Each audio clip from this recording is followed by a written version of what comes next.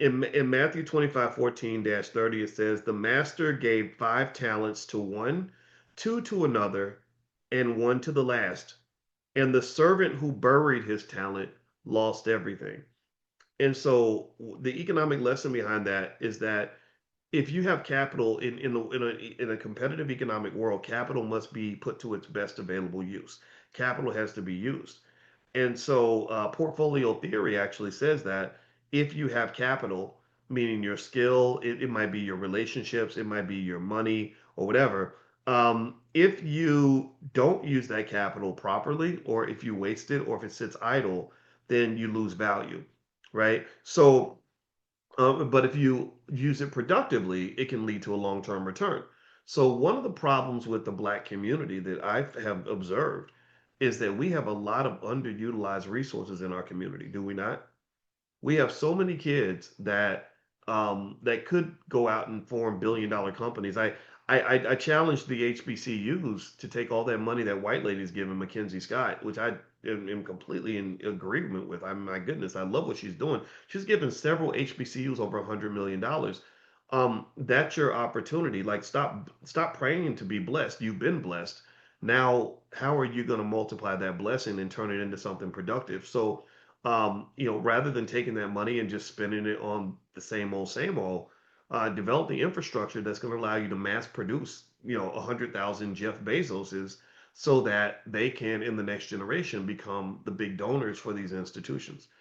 If you have HBCUs that are mass producing employees for white people, then the wealth that comes from the capital allocated to you will ultimately go to white people.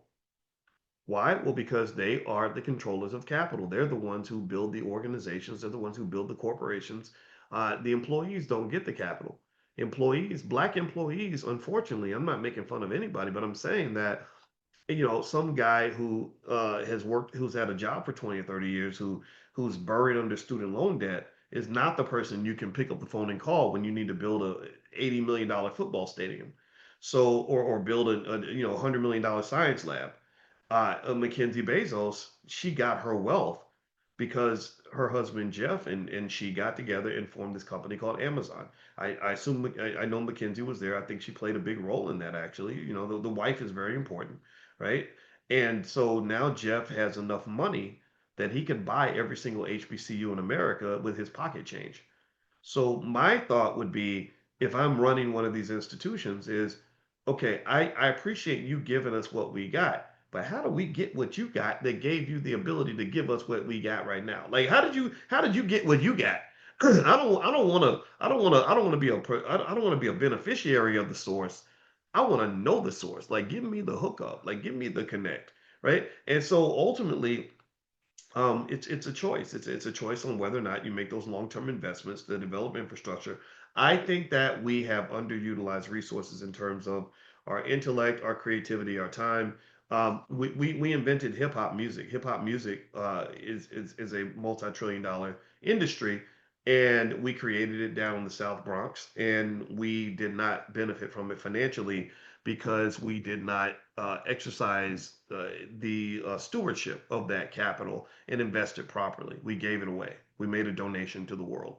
Ecclesiastes 11:2, it says, quote, give a portion to seven, yes to eight, for you do not know what disaster may come upon the land. Now that relates to a word I've used in class before. It starts with a D. What word would that be? Somebody put that word in it. There we go. Well, Irma says diversity, which is a good start. Candace got it exactly right. Diversification. So diversity is a type of diversification.